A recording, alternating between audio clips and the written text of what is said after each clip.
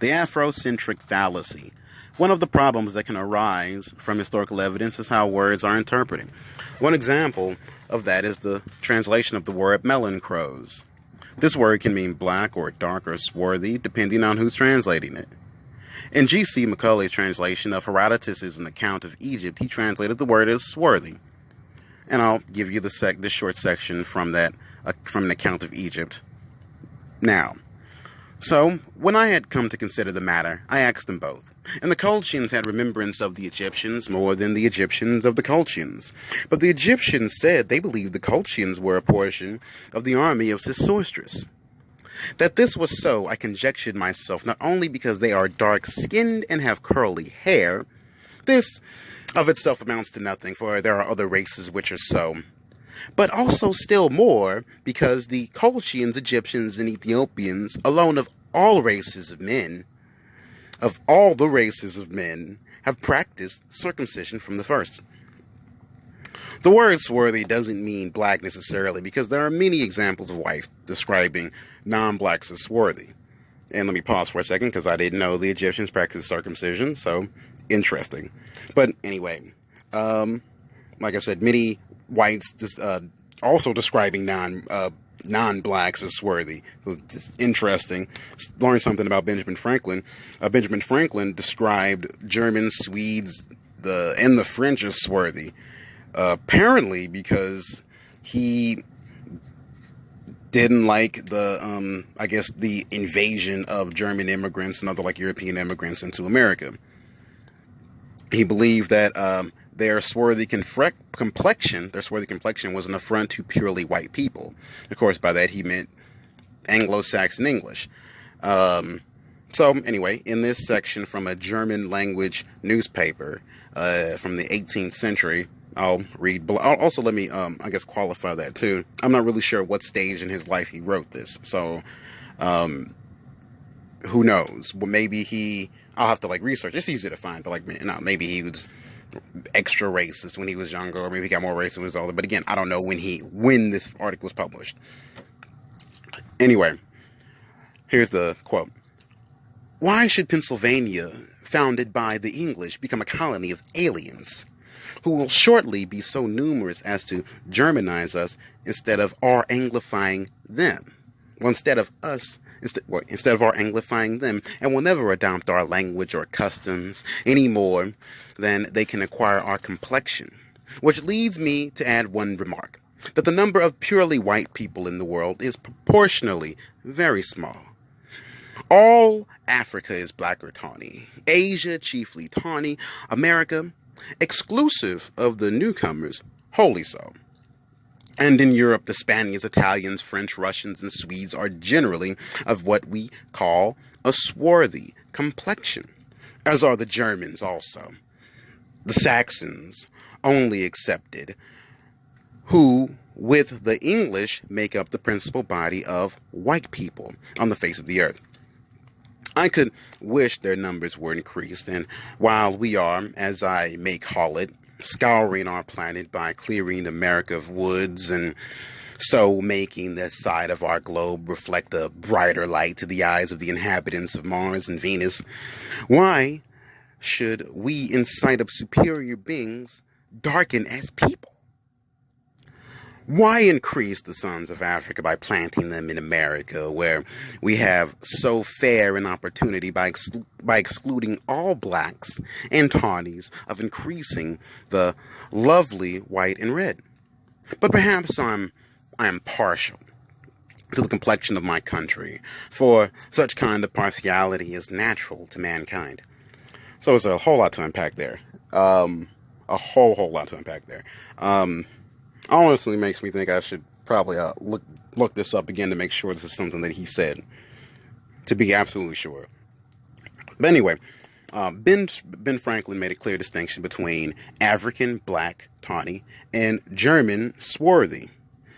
Strabo, a Roman geographer, I want to say, goes a bit further than Herodotus, distinguishing between Ethiopians and Egyptians. The inhabitants of the south resemble the Ethiopians in color, but their countenances and hair are like those of other people. Their hair does not curl on account of the humidity of the atmosphere. The inhabitants of the north resemble the Egyptians. In this translation of the Odyssey, Homer uses the word melanchroes or melanchroes, whatever. He uses this word to describe Odysseus when Athena makes him young again. With this, Athena touched him with her golden wand. A well-washed cloak and tunic she first of all put about his breast, and she increased his stature and his youthful bloom. Once more he grew dark of color, and his cheeks filled out, and dark grew the beard about his chin. But yeah, anyway, so it's difficult to apply racial terms as we know them to these words because they meant different things. So we should really be thinking of history diachronically and not synchronically, because the meaning of terms change. In their day, the Greeks would not call themselves white, and if we saw them, then we probably wouldn't have thought of them as white either. Herodotus could have meant the Egyptians were black. He also could have meant the Egyptians were tan white people. It just depends on who's translating, I guess. And what intentions the translator is coming in when he's translating the text, or whatever. But we don't know that their word. We don't know that their word for dark. But we don't know their word for dark could apply to literally anybody. Also, I'm going to get on the topic of Egypt now. Because this is I'm going to stay on the topic of Egypt, but I'm going to get more on modern Egypt as far as like genetic studies. So also, while Egypt is an Arab country culturally, genetically, the story is a bit different. Studies on modern Egyptian DNA support the view that neither Egyptian Muslims nor Copts are Arab. All the invasions that Egypt has experienced over the millennia, including the Arab invasion, do not seem to account for more than 15% of modern Egypt's ancestry. Egyptians are not genetically Arabs, but they may be so culturally and linguistically. The newer Pan-Arabism of Egypt arose during Nasser's years of post-rebellion, according to this article I read. Well, yeah, it was one. I should definitely research a few more. But anyway, today the Arab identity has subsided among some Egyptian Muslims, as it has among Egyptian Copts, which I'm not really sure if it ever was that as strong amongst Egyptian Copts. Anyway, usually the term Arabs is used to reference the inhabitants of the Gulf states. Many Egyptians maintain a distinct Egyptian identity and a strong sense of nationalism and patriotism. It seems as though ancient Egyptians probably weren't black, but they weren't white either. But to presume that a culture that has to be one or the other is to accept the dichotomy that white colonialists themselves invented for the purpose of sorting the world into civilized white and savage colored peoples. Most cultures in the world don't fit neatly into either category. For example, are Latinos white or colored? The answer depends partially on who's asking the question. Most Latinos identify themselves as white, both in the U.S. and Latin America. But most non-Latino Americans usually sort them out as non-white. White is essentially a byword for European, while colored means non-white to everybody else. These categories aren't static, or rather, they exist in a state of indiscernibility, as I would like to say. In 19th century Europe, various ethnic groups were sometimes sorted into more or less white groups. According to British anthropologists, the Irish were less white than the English. According to the Nazis, the Slavic-speaking peoples like Poles and Russians were subhuman, non-Aryans. Today, virtually all these groups are equally white. This outdated way of talking about race was so prevalent and so dominant in academic circles that it's been accepted as largely accurate even by lots of non-white people. And instead of challenging the arbitrary lines that 19th century racists drew, many flipped them on their head, arguing that the roots of all civilization are inherently black rather than white. One may even argue that because Egypt, well, let me get back on that. As I've already evidenced, uh, it's probably not fair to, or accurate, or even ethical to categorize Egyptians as black per se. They're African, definitely, but are they black? If we're gonna I would say no, and I think that's fine.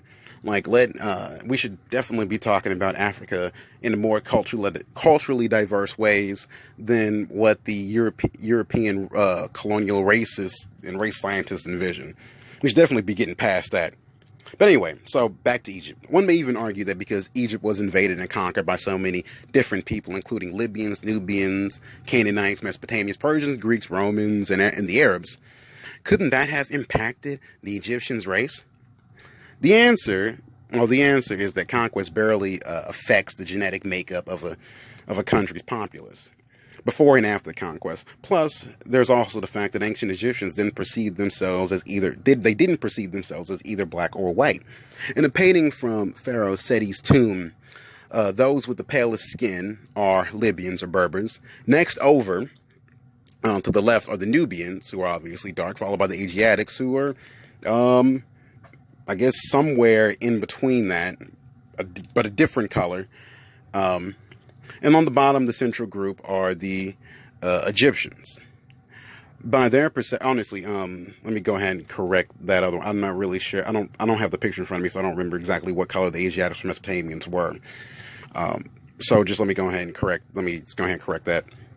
But anyway, at the bottom of the central group were the Egyptians. And by their own perception, Egyptians were neither particularly dark nor particularly pale. And given their xenophobic attitude towards outside cultures, which was fairly common for most ancient peoples, they would probably resent being sorted into either group.